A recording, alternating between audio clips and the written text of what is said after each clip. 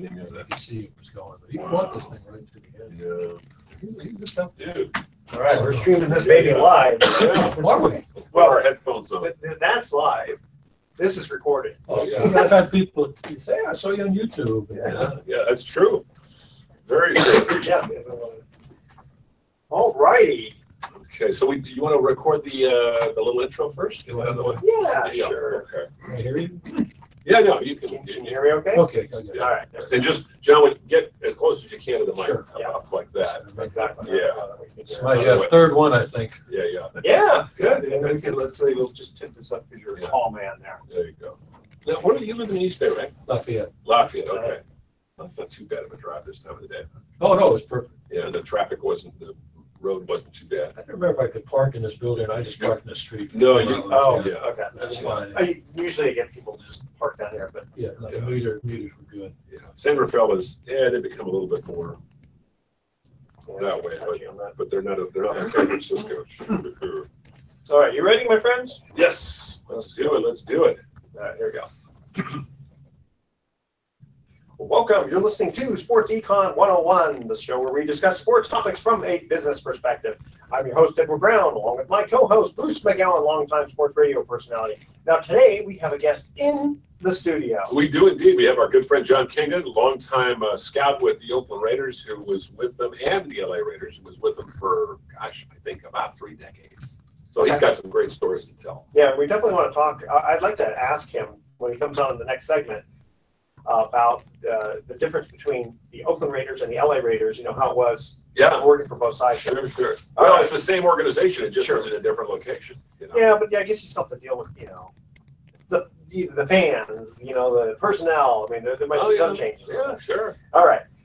Let's see. At each commercial break, we're going to ask a sports trivia question, and the theme is they played too. You'll understand when we get into the questions here.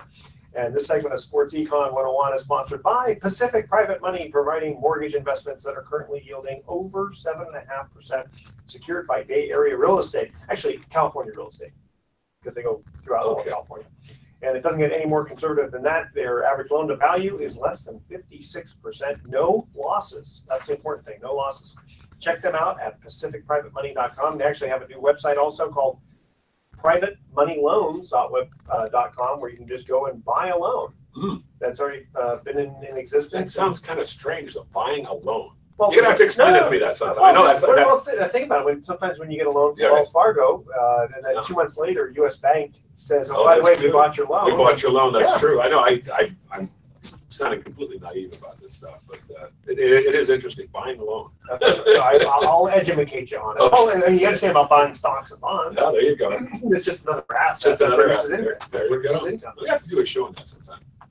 Don't you do a show like that? I do. I do a business show. In fact, I just got 2 articles published in a magazine. One about why banks won't make conservative loans. Okay. And the other one on how to buy a house when you already own a house. That's for another show, though. All right, don't touch that now. You're listening to Sports Econ 101. We'll be right back. All right. You do your other show, what time? 4 p.m. 4 p.m. Who's the guy you do it with? Mark Hahn. Mark, yeah. It's funny. I used to get paid between $500 to $1,000 an article in the 80s. And now it's a different now story. It's free. Tell me about it. I can do my Bob Elbow magic tricks. Oh. I've got this poker chip. Well, you can tell us a story about. Oh, I love that. Oh yeah. I saw some good. That's right. I like it. Very good. I practiced a lot. Yeah, okay. If you have any cards, I'll show you some good card tricks. That's my specialty. How's your son doing, by the way? Well, my daughter's a senior in college. That's a good I didn't thing. know you had 2 kids. For some reason, I thought that you had 1. You have 2. Yeah. Your daughter's a senior in college. How old's your son now? He's 19. Well, how's he We're doing? driving. We got a great school. It's in Santa Cruz. Oh, that's like 2 hours each way. So you got to drive 5 down days there? Yeah. Oh, boy. Every day? 5 days a week. Wow. That's a I joined. commute. Well, Audible Books has been great.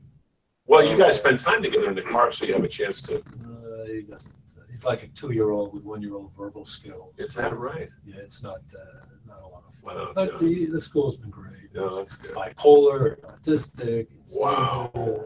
Wow. Has it been that way from day one? he started having. He was a little behind, but he was coming along. He was to start having seizures, and then he was.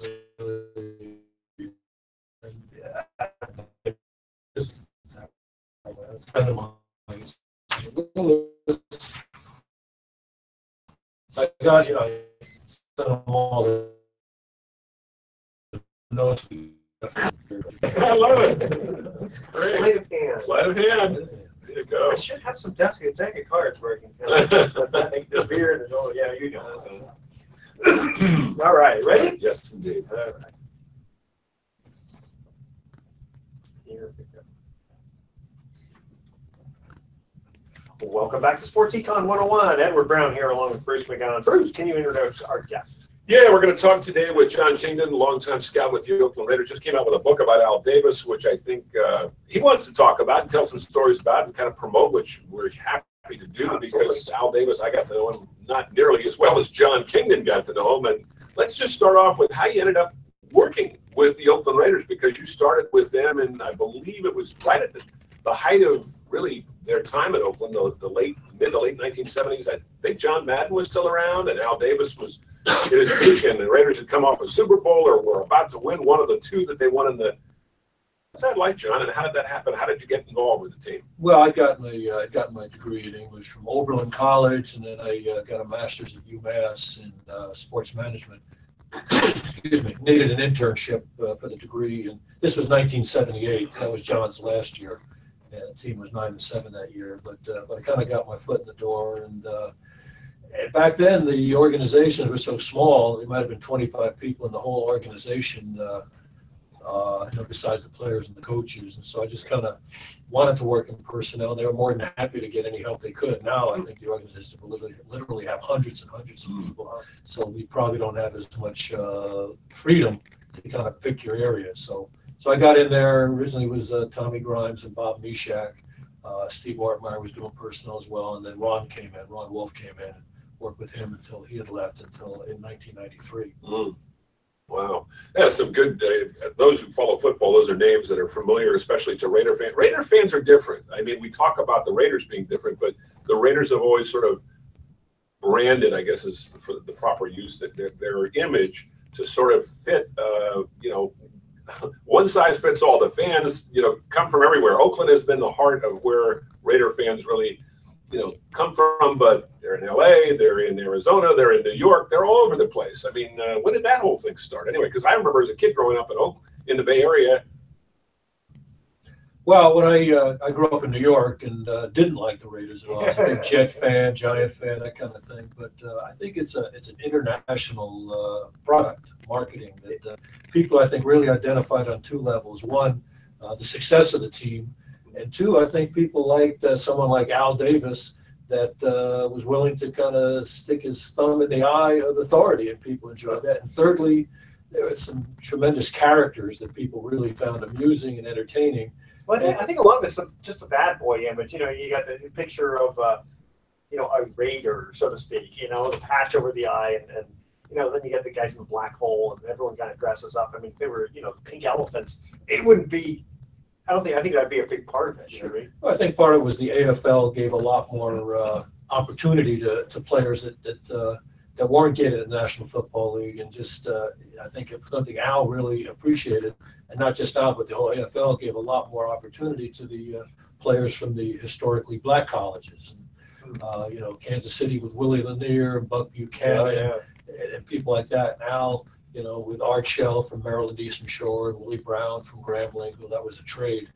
But I think that was a real opportunity. I think Al took great pride in it. And then secondly, I think you go back, a lot of football people, the authority were very tight, not loose at all, whereas Al gave the players almost total freedom to be themselves, and I think they appreciated it, and that allowed them to kind of show their appreciation on the field.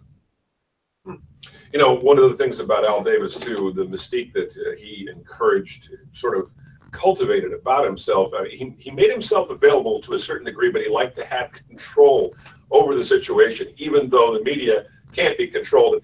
You talk about what it was like working with Al Davis, though, because you get to know the man very well on a personal level, and very complex individual. In public, you had to really kind of watch your tongue and be very careful. And in the book one time, Bruce Gebrick got really upset about a particular draft choice we were making, and really went off on Al. And Al afterwards said to him, "Look, you can say anything you want to me one-on-one, but don't confront me like that in a group." I said, I can't lose you can't deal with me that way, but I will listen to you one-on-one. I found that very true. Yeah. One-on-one, you can really say anything to him, short of really being insulting. But that was different. I think he was very, he understood the image game, and there was a little story in the book. I used to have dinner with him a great deal, and we were going to a restaurant, I believe it was called Mateo's, down in Beverly Hills. And so he called ahead, and, "Oh, yeah, we got a table for you." And we got there, and, "Oh, Dean Martin's at your table, and, he'll be out in a minute." We waited about 5 minutes, and the guy came by and apologized. And then Al said, "We got to go." So I can't let people see me waiting. Which I thought that was pretty cool. I like the fact that he understood the LA image game.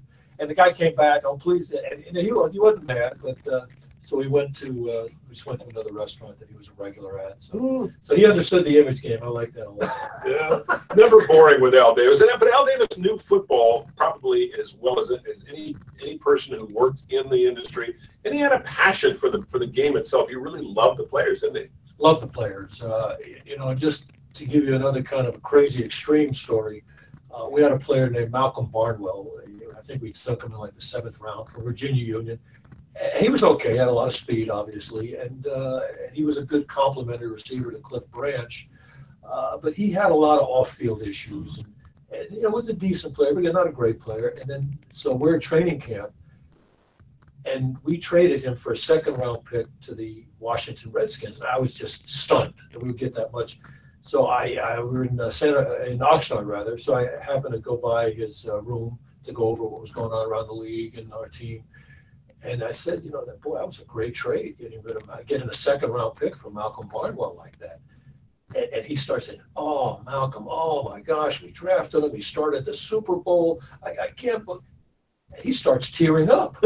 Al Davis. Yeah. And I'm like, "Over Malcolm Barnwell?" But he says, "You got to go."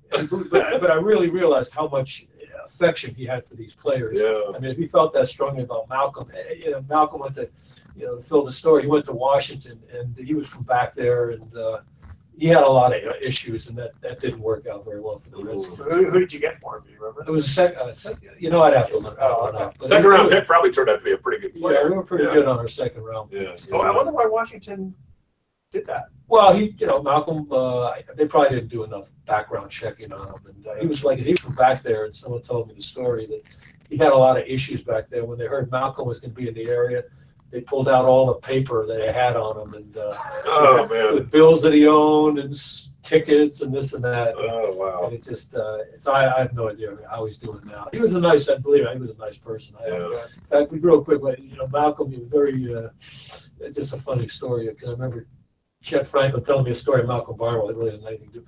But he's out there, and Chet was the defensive backfield coach, and Malcolm gets open in practice, and he drops the pass, and he says, "Malcolm, boy, you got to catch those balls." And Malcolm says to Chet, "Coach, some days it bees that way." Some days it bees that way. So I've actually used that expression. But that was Malcolm.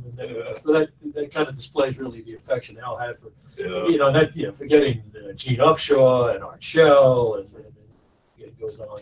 Just really quickly before we cut to a break, how did Al get his money? Was it real estate? No. He wasn't. He had a pretty good background. His father, I think, made underwear. I think was, but didn't have a great deal of money, but enough money, and he certainly was doing well enough. And so he's working as the coach, and then becomes a commissioner. Of the AFL prior to the merger, and he brings it together. He says, "Sign their goddamn quarterbacks." Yeah, but to own a team is. Well, so what happens is, and again, there's written a lot. This was before I was there, but he then said to me once, "Well, I'm not going to come back after being a commissioner to be a coach." So he had a deal with Ed McGaw, who wrote a contract for him, without the other owner, Wayne Valley, knowing about it. And where Al got a percentage of the team. There you go. And was able to run the team as if he had 100%. Gotcha. Now, again, this is before me, but it was like a major court case. Yeah. And Valley lost, sold the team out, and then that's where Al got his. Gotcha. Great story. I like that. Okay, quick commercial break here. Here's our first trivia question.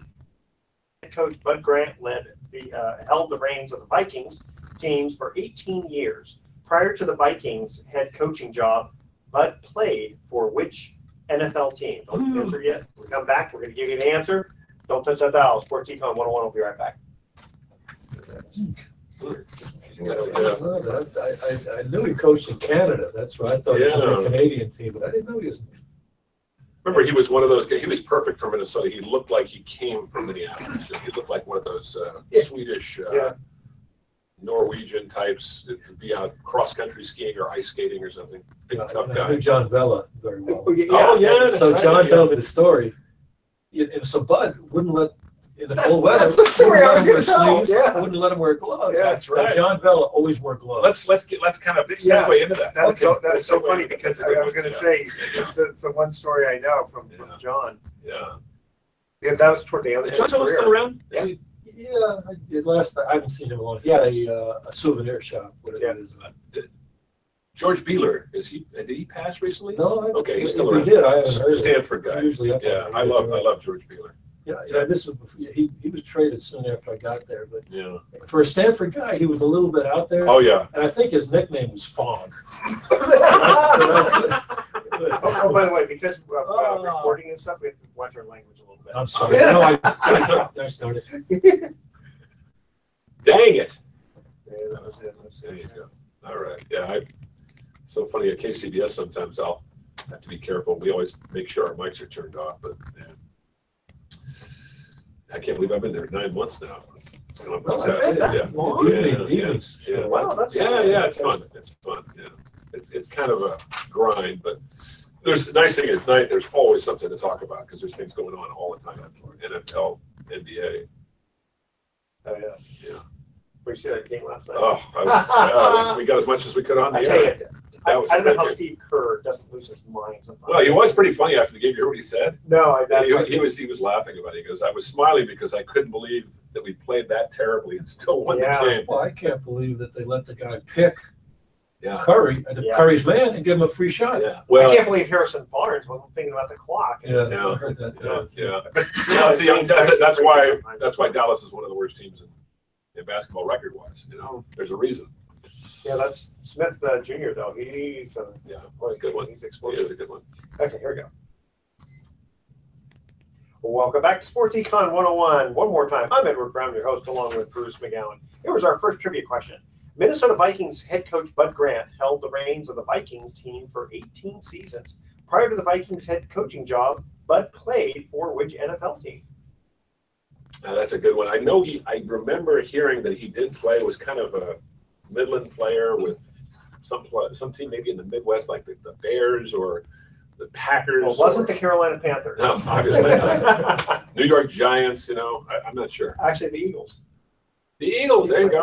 Okay. The Norm Van Brocklin type. It's funny, we were talking off air. We're going to tell the story now because both Jon Kingdon, who's our guest, and I know the story with John Vella. Former Oakland Raider lineman. John, very, very fine player, and I got to know him very well. In fact, I became a racquetball partner with him because he used it for hand-eye quickness and conditioning. But and he takes up half the court, so that makes it but it helped him movement. USC guy, right? Absolutely. Yeah. He's got these huge hands. Yeah. So anyway, John was, Minnesota had the history of Bud Grant not allowing them to wear sleeves when it's cold or gloves. Well, John. Well, you got to back up for a minute. This is so John Vella played mostly for the Oakland Raiders, but this is towards the end of his career when he gets traded. That's right. To Minnesota. Okay, go ahead. So anyway, John always wore gloves, even if it was 100 degrees out. He wore gloves for his hands for whatever reason. So he told me that during the year, as it got later and later in the years, the players would start wearing gloves. Oh, I use them. And Bud Grant said, "Hey, the only guy that can wear gloves is John Vella because he wears them in the summer." What's funny. That part I didn't hear. I heard that when he first got there. This is John telling me the story. John says, John Bello says that when he gets traded to Minnesota, and it's freezing outside because this before they were still practicing outside, and so it's a practice. They're practicing, and John's putting on gloves, and the team, I guess the equipment manager or whatever, says, "Hey, Bud doesn't let anybody wear gloves." And he says, I mean, it's like, 2 degrees outside, we're practicing. He goes, I wear gloves. He goes, no, Bud won't let you wear gloves. And that's when he kind of figured, okay, I'm not going to stand this team too long. Well, I heard a little different again, but he always worked, it wasn't just a warmth thing. It was, I would think, you're using your hand. Because especially back then, they would hit in the hands of the face mask and stuff. And so, you could easily bring Well, the bottom line is Bud make the players play in the cold without sleeves and other things. But John was the one exception. He told me because that's the always work. Interesting. Yeah, it's funny. I used to think about. I mean, I loved the Vikings when I was a kid. I loved the Raiders. I loved the Vikings, and I would think about these guys, not wearing the sleeves and not being with the heaters, and then hearing the commentators say, "Oh yeah, the coach figures it'll toughen them up and all that," and it's like. I don't think so. It does just make you cold. Well, I think it's more of a psychological thing, I think, isn't it? I mean, it's they always like in football to battle, and you have to be tough and hard, and be able to fight off any kind of the elements. Yeah, but if a guy's shivering and chattering his teeth, he ain't going to look too remember the Green Bay Dallas game, which I think was the 50th anniversary of that the Ice Bowl. Yeah. They didn't have excuse me gloves for receivers back then like they do now. And they tell the story with Bob Hayes, when it was a running play, he had his hands in his pants. And it was a passing play, he had his hands outside. I mean, it's just so crazy. Wow. That was I think it was 13 above zero with a wind chill of maybe 10 below. And Bart Starr slid across behind Jerry Kramer. Jerry Kramer was a great player, but that made his career. Yeah, the famous block. In fact, we had Craig Morton on the show, and he was telling the story because he was on the sidelines. Because for 2 things. One, he goes, that was the first time I ever told the coach, don't put me in. Because it's cold. The other thing is one of the referees lost part of his lip because back then it had been another plastic whistle. Oh, yeah. Oh, my gosh. Well, John, you were part of you were in Oakland. We're talking to Jon Kingdon, who, by the way, co-wrote a book about Al Davis, which is out called Behind the Raiders Shield. And I think it's good title. Good title. And it's out. Where can you get it, by the way? Well, we have a website, behindtheshield.net, and then it's also on Amazon, where you can also get the Audible books and Kindles and the hardback as well. Okay. And there's some local East Bay Costco's, but we're working on Barnes and Noble. That's a slow process, but we can get it out there. But it's doing pretty well. We're on our 2nd printing already, and you could do the local one here in Corte Madera, where they have a book passage, and they have people come. Oh, you should do books. Yeah, that's a great. Check out the book passage. We're getting a lot of play now with John Gruden. Because we actually have 2 whole chapters on John. We could have written about 2 more if we really wanted to focus. Is that a lock now? Is he for sure coming? Well, it's as big a lot. I'm not in there, but my gosh, they've handled it so poorly. This whole fiasco. And getting off on the subject, but to tell the coach as he's walking into a press conference on the road, you're fired. After the last game of the season. After the last, first of all, somebody else should have announced it. Number one. Number two, they got to fly back on the plane, and I understand Mark and Reggie are on the plane as well.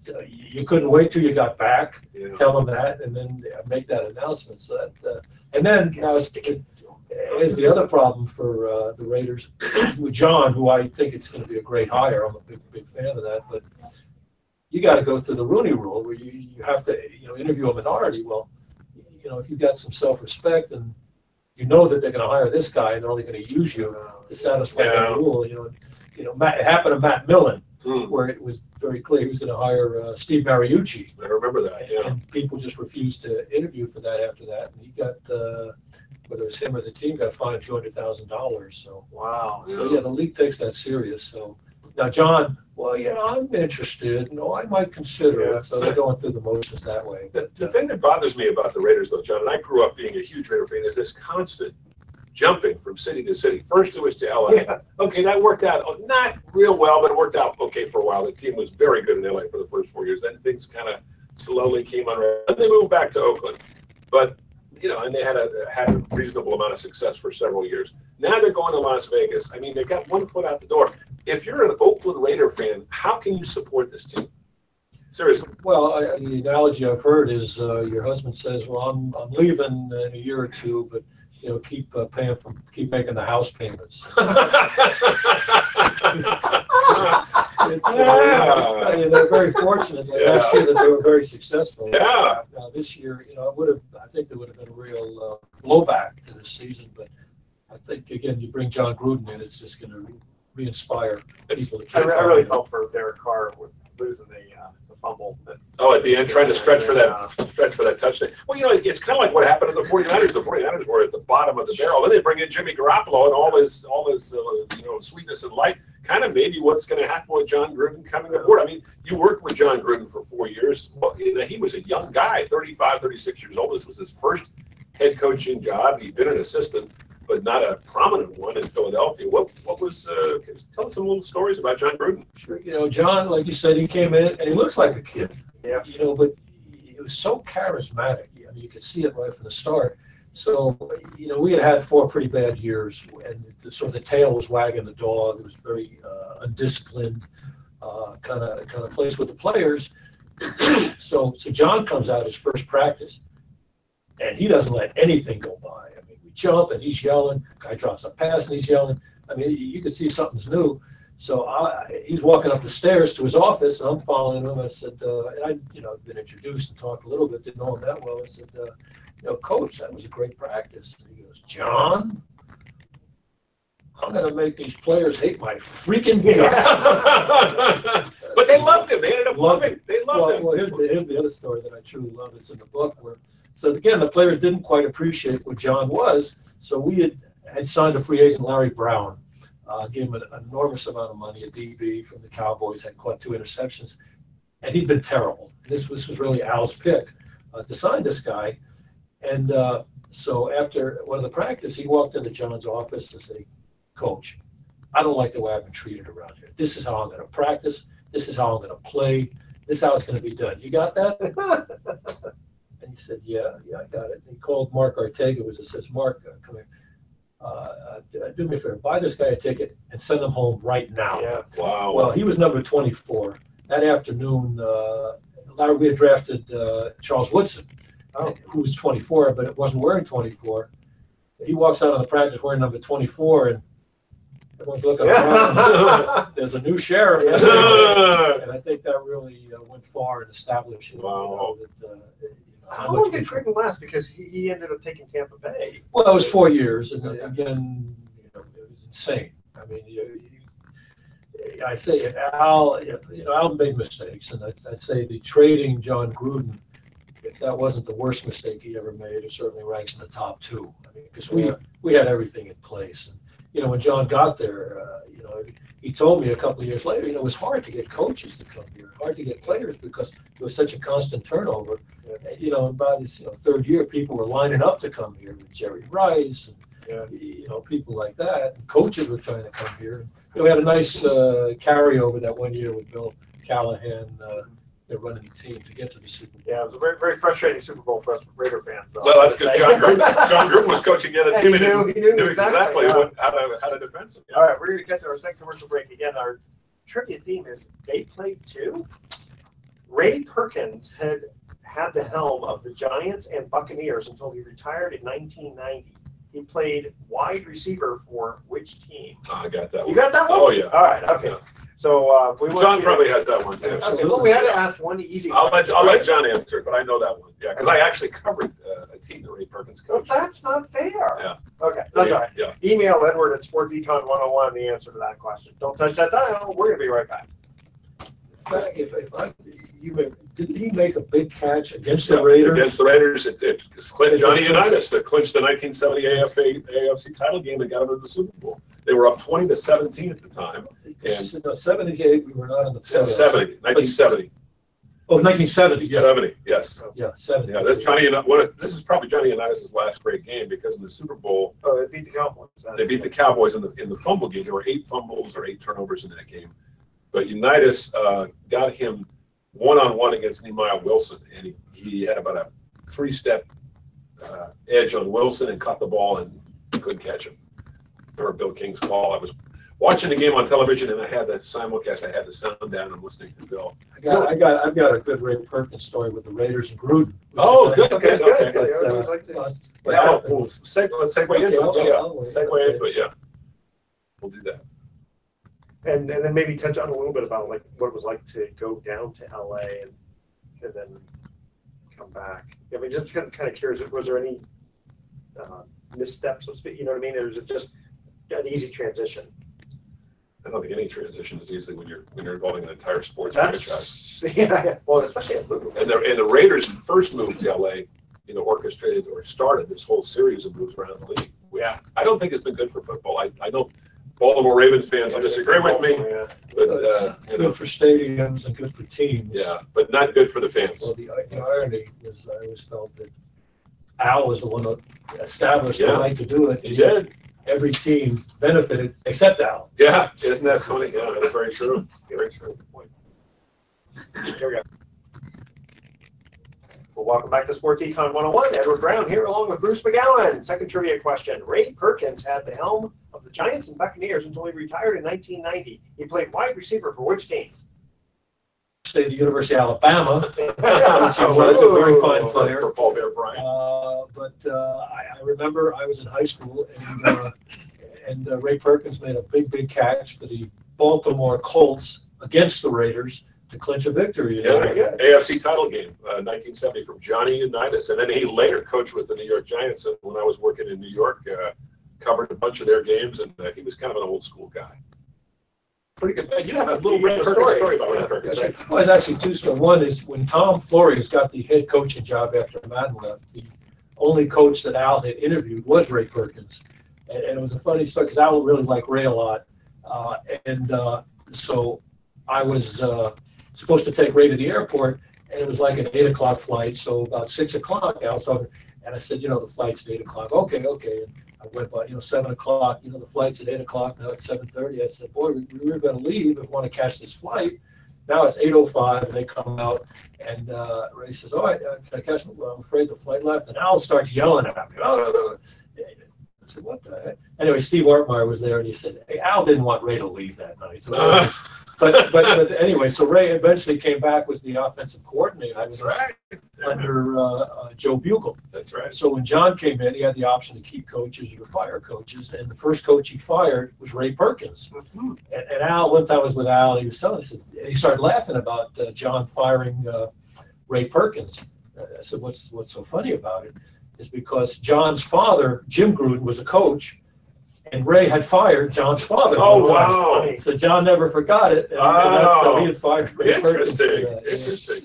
We talk about Al Davis being a pioneer, and we talked about the moves, the Raiders to Oakland and back to Los Angeles, I should say, and then back to Oakland and now to Las Vegas. But the thing that a lot of people maybe don't know about, and it's been talked about, is that Al was a pioneer in terms of getting these players back in the 60s when they were still in the AFL, when the AFL was fighting for survival and trying to get into the NFL as an equal partner. Young players from these small, obscure colleges, especially the African-American players like Art Shell and Willie Brown and, Gene Upshaw. I mean, that was sort of unique, to say the least, because owners weren't exactly the most enlightened people in the 1960s in pro football. Well, Ray Chester, I should not have forgotten Ray. And there were 2 factors that were unique for Ray that was typical of Al. Now, this is a tight end who was with the Raiders for a number of years and actually had 2 stints with your team, early 1970s, and they came back and was a part of the 1980s. And successful both times. Yeah. But he was from Oregon State. But the other factor about Ray, he was a wingback in college, and Al made him a tight end. And we have a chapter about that, I think we call it The Experiments, where Al had great success moving people at different positions. Derek Ramsey was a quarterback at Kentucky, was a very fine tight end. Todd Christensen was a fullback, drafted in the 2nd round by the Cowboys, became a great tight end. Ethan Kind Horton. of tall for a fullback, wasn't he? About 6'3", yeah. Yeah. I think Toddzilla was his nickname. Toddzilla? Toddzilla, yeah. I love it. I'm just trying to think of a wing back. That kind of goes back in time. What? Yeah. I'm trying to think of where that. Sort of a running back. It's a little bit of a hybrid position, sort of, but more of a running back kind of thing.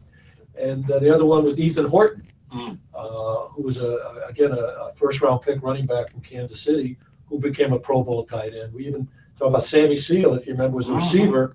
We made a pretty good cornerback out of. So Al loved doing stuff like that and get great satisfaction from position changes. But he also realized that there was a whole goldmine of players out there who weren't going to get chances probably in the established NFL, and the AFL provided that opportunity back in the 70s. Absolutely. Or And, 60s, I should say. Al growing up in Brooklyn, we talk about he was a big Brooklyn Dodger fan. And there were two factors from the Dodgers.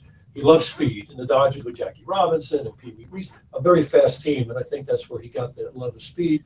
And then secondly, obviously with Branch Rickey, I think Al really had great respect, and he loved the fact that he was sort of a leader in that regard, with Art Shell, and later on as the first African American head coach, and then again Al with the bringing in the players from the African American schools, and then thirdly, I think that story he truly loved was when he was the commissioner and they were doing the All-Star game for the AFL in New Orleans, and Clem Daniels tells the story that he was there. They couldn't get cabs, the black players. They weren't being served in restaurants, and they were just going to walk out entirely. And and maybe someone else. Oh no, let's ignore it. Al picked up the game, moved it to Houston, and the heck with New Orleans, that kind of thing. So, Wow. So they got better treatment in Houston? Well, ironically, I'm sure he got it taken care of ahead of time. But again, you're right about that. Yeah. But I think the players truly respected how much respect Al had for them and their situation. Yeah, it's just thinking about the racial thing. My mother-in-law was a big-time ballerina in New York, and there was one ballerina who was very, very light-skinned black. I mean, you almost couldn't tell. And when they had to dance in the South, I mean, they basically, I'm sorry, we're going to let this lady in the hotel type thing. And it's like, I mean, this lady was a star. And it's like, I can't believe Well, people sometimes. Different world, that's what they say. I mean, even today, there's some crazy things going on. And, you talk about crazy. Let's get back into the Raiders. When you moved to LA, you only been with the organization a couple of years. It was already starting in 1980 when you won the championship, and they didn't actually move until 82. But that was a strange year because the Raiders were a wild card team, ran the table, won all 4 games, including the Super Bowl with Jim Plunkett, who wasn't supposed to be the quarterback starting your season. And then at the same time, this possible move to LA, it really alienated a lot of fans. What kind of a year was 1980? It was one of those situations where everything broke right, and not to make a pun, but the quarterback Plunkett replaced. I'm just. You're talking about Dan Pastorino. Dan Pastorino breaks his leg, and yeah, that's right. and Jimmy steps in, and it was just, the coach quarterback combination is just so important with Gruden and Gannon, Belichick and Brady, that kind of thing, and it just was a perfect match. The two of Tom and Jimmy, and it was a great story. Al had signed Jim Plunkett, who the number 1 pick in the whole draft, but he had been beaten down physically and emotionally. He played for the Patriots, who were terrible back in the 1970s. So although his first game as a quarterback, he beat the Raiders in the game, which is crazy. But Al basically said, "Look, just heal up physically and emotionally." And he was ready to go. So that was so just one, and then that year we had made some great draft picks. Matt Millen stepped in as a middle linebacker. We truly needed that. That was a big fill. Bobby Chandler was a great trade. Otis McKinney, we got Kenny King. So I mean, everything. That was what's. And Lester Hayes turned into an All-Pro. He'd been with your club for 3 or 4 years. All of a sudden, he was the leading interceptor. Amazing, all the stick and all. Yeah. That's Fred Biletnikoff has something to do with that. Huh? When the league wanted to get rid of Stickum because it really was a terrible thing. And to be honest, the Raiders did not want Stickum. It was a big pain in the neck to clean the stuff off and this and that. So there was a vote of 31-1 to get rid of Stickum. But I was told if we were the deciding vote, we would have voted to outlaw it as well. But the thing that you're talking about switching cities and how difficult it was. I don't know if you remember, but the team played in Los Angeles, but the players and the coaches stayed up in Oakland. And in fact, the only other people that stayed up was myself and Ron Wolf. And you practiced up there. Because I remember I flew down with you guys a bunch of times, and it was weird. It was they played at the Coliseum, but they practiced at Oakland, so they were still living in Oakland, but playing in LA that first year. That was the strike year too. So well, you guys right. We were. That was Marcus's first year. Yeah, Marcus Allen. Yeah. Gosh, it was just a wonderful team. And then we lost. I think it was Sammy Seal made 2 big fumbles against the Jets. Actually, that was against. I'm sorry. You know what? He fumbled twice in '85 against New England. Okay. Jimmy had a couple of interceptions that really hurt us. In fact, Lance Mel of the Jets. Picked them both off. Yeah. And then we were marching down the field, and he hit Marcus to get down in the position to win the game. And Mickey Marvin, who recently passed away of ALS, had a big hole, grabbed the guy's face mask, falling back. Oh, so that cost us the game and all. But then coming back from LA to Oakland, we did the same thing. Practiced down there and flew up there. So I think the transition was a little bit easier for the players that way. I mean, fortunately, it's only an hour flight. Yeah. You know, can you imagine? I mean, that's what I don't understand is how these guys can, fly across country. I mean, football, it's a little bit easier because you don't play every day. But be it baseball or basketball, sometimes you just fly. Well, the thing is, if you've flown with any sports team, I think football, because it is once a week, it's almost like packing up a little company of people. I mean, you're about 130 in the traveling party. It's a lot. Yeah, we have probably more, with sponsors. Besides the players and the coaches and the trainers and the equipment people, you have sponsors and trade out people, that kind of thing. And Al had his buddies too. He liked to bring along. Well, absolutely, the Albos, Dr. and Mrs. Albo, Jim Otto and his wife. People, Sam and Ellen Berkovich. Oh boy, Sam was such a sweetheart. Oh, lovely man. Yeah. They've all, outside of the Ottos, they've all passed away. How was Jim Otto doing, by the way? That Jim Otto, for those out there listening and wondering who Jim Otto was, he played with the Raiders and started at center. I don't think he missed a snap in 15 years, and was an All-Pro and the Raiders' first Hall of Famer. But he's closing in on 80 now, and he's had just so many. He lost one of his legs. One of his legs. That was a number of years ago too. Yeah, no, I'm not around there, but someone told me he is wheelchair bound. Yeah. But, one of the great inventions, I guess, medically was arthroscopic surgery. Now, I had cartilage taken out of my knee in '72. And that was major surgery. They cut your knee open, they pulled things apart. And it was a big rehab. Now, you scope and you walk out of the hospital, so there's not as much trauma, at least on the cartilage stuff. And, so Jimmy, it's terrible what he went through. But I mean, well, that's the price you pay when you play 15 years. And you think about that, 15 years in the pros, 4 years college, 4 years high school. That's 23 years of constant hitting. Ray Webster, his contemporary with Pittsburgh, was the first guy who was diagnosed with the CTE after he died. It's amazing that Jim Otto must have just had a hard head, because the last time I spoke to Jim was a couple years ago, and he sounded like he had all his mental faculties. And he said he wouldn't change a thing. No, I agree with that. That's actually Mike Webster. Mike Webster. I heard these stories. It was some weird story where, you get all these, it's tough with his hands, and you get these, he would pour super glue on these cuts. Mike Webster did. Anyway, just find some way to keep playing. It was crazy looking back. Yeah, I used to when I was big into bowling, and I cut my thumb open. For some reason, I didn't have the thumb patch type thing, right, with the super glue type of stuff. And so I thought I used whiteout. But and then and I happened to work at the same time for some scientific company.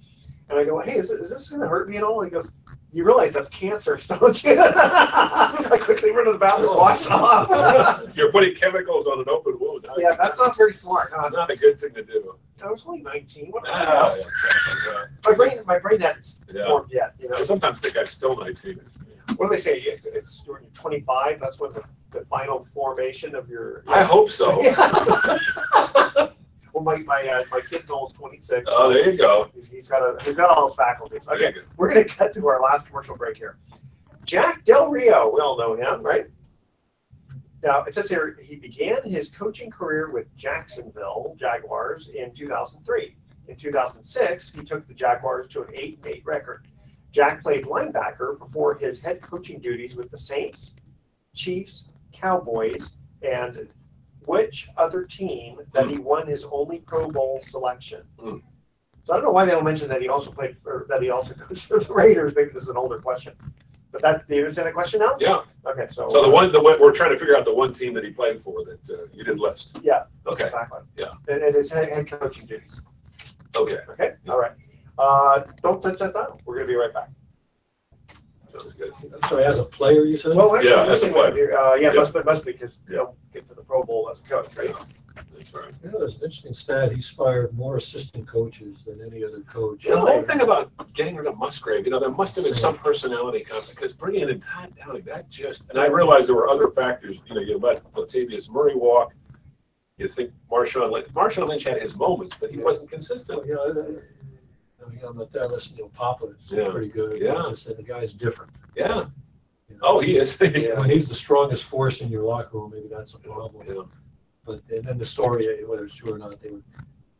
We don't want to lose Downing. He's a bright young guy.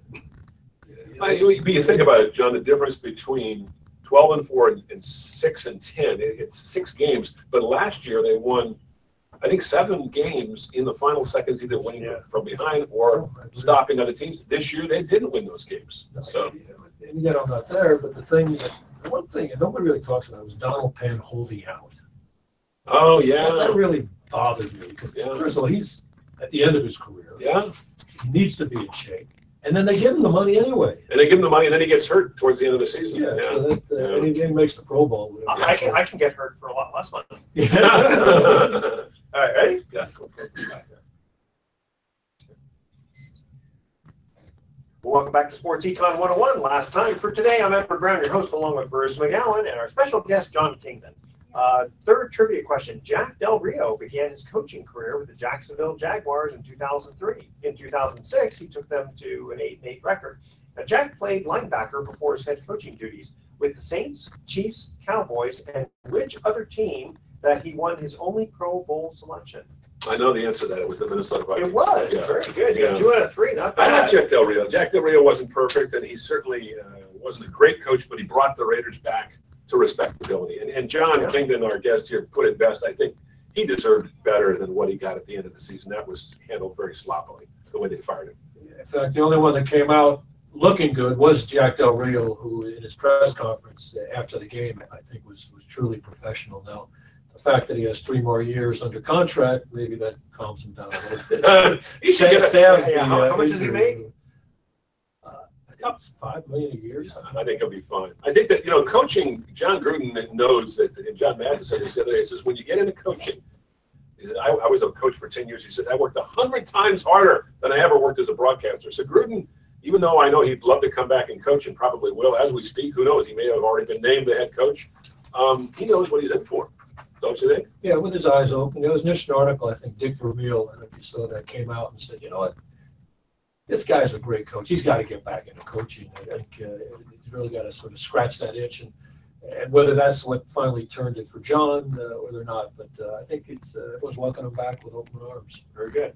Jon Kingdon, thanks again for being our guest. And the name of the book is Behind the Raiders Shield, Untold Stories from Longtime Al Davis Confidence, and it's available, again, your website. Website, behindtheshield.net, and it's on Amazon. And technically, it's actually Al Davis Behind the Raiders Shield. Okay. Yes. But I hope you guys enjoyed the book. And he would appreciate that, by the way. Yeah. Yeah. Right. That was Brad Mangin who made the cover photo. It's a great shot. It is a good shot. All right, here's our thoughts for the day. Surrender to what is, let go of what was, have faith in what will be, said Cody. I don't know who that is. And sometimes you win, and sometimes you learn. I like that one too. All right, tune in next week to Sports Econ 101. We're going to be discussing sports topics from a business perspective and asking more sports trivia questions. Thanks for listening. On behalf of our team, I'm Edward Brown, your host. We'll see you next week. Good night, America. So long. Thank you. Good. Yeah, it's funny. I think Steve gave me a copy, but it wasn't.